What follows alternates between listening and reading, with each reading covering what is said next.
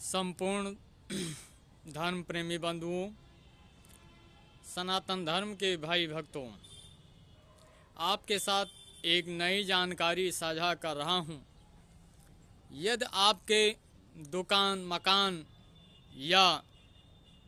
ऐसा लगता है कि आपके दुकानों पर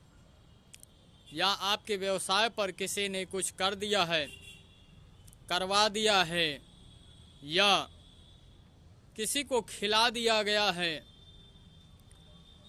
चाहे जैसी परेशानी हो, यदि आपको संदेह है कि किसी ने कुछ कर दिया है, दुकान पर आपका धंधा नहीं चल रहा है, व्यवसाय नहीं चल रहा है, मानसिक उलझन है, घर में परेशानी अलग है, दुकान मकान आदि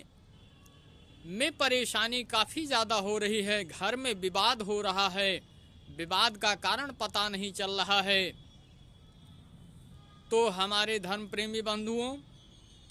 आपको किसी सोखा ओझा के पास जाने की ज़रूरत नहीं है, न ही आपको पैसे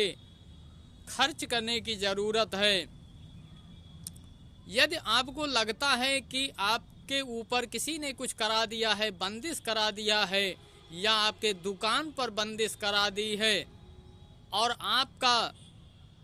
ना तो दिमाग सही रहता, उलझन होता है, परेशानी होती है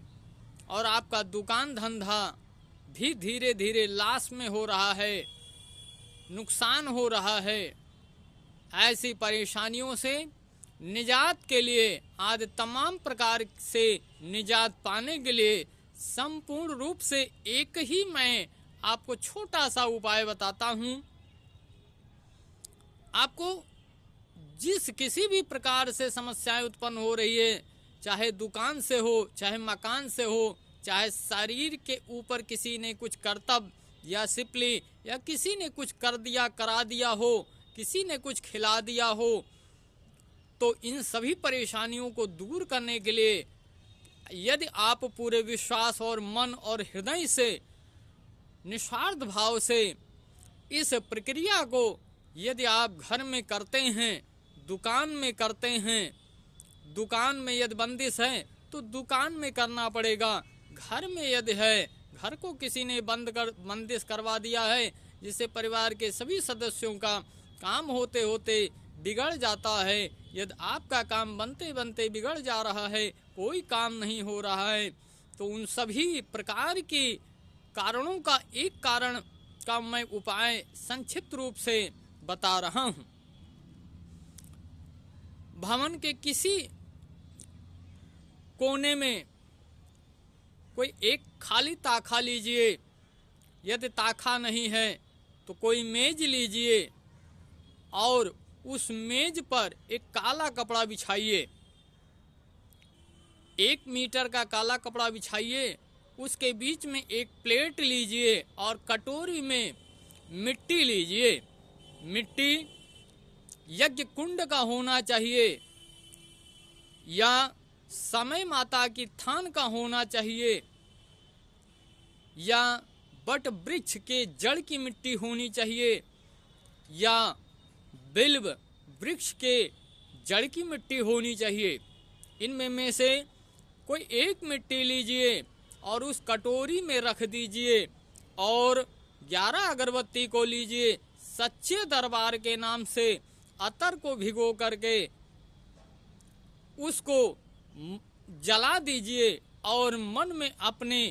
जिन परेशानियों से जूझ रहे हैं उन परेशानियों को स्मरण करके सच्चे दरबार, सिर्फ आपको एक ही नाम लेना है, उसमें किसी प्रकार की शक्ति या ताकत का स्मरण नहीं करना है। जगत में सभी का दरबार सच्चा है, इसलिए सिर्फ आपको सच्चे दरबार में यह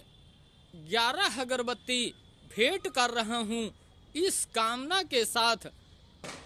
सच के दरबार में जो दिव्य शक्तियाँ विराजमान है व ताकतें विराजमान है, मेरी इस कामना को या मेरी मुराद को पूरा करें। यदि आप संध्या काल के सूर्य अस्त के बाद यदि घर में करते हैं प्रतिदिन तो आपको उसका फर्क धीरे धीरे नजर आना शुरू हो जाएगा।